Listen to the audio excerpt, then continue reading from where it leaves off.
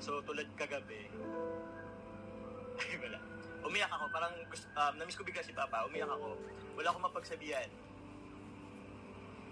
Try ko nag-contact sa isang supporter abroad. Kasi yung time nila is parang mag-aga pa naman. So, dun ko naibukas yung yung nararamdaman ko. Umiyak ako, agul-gul, pero yun lang. Parang lang, yun po.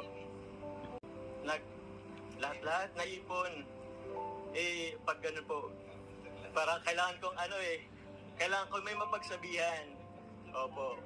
One call away, mama, papa, pwede mong mapagsabihan. Wala na si Papa.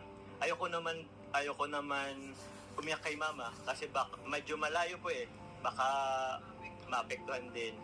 So yun, siguro strangers po ba, mas madali po kasi tayong kahit sa stranger, makapag-alabas ng ramdamin.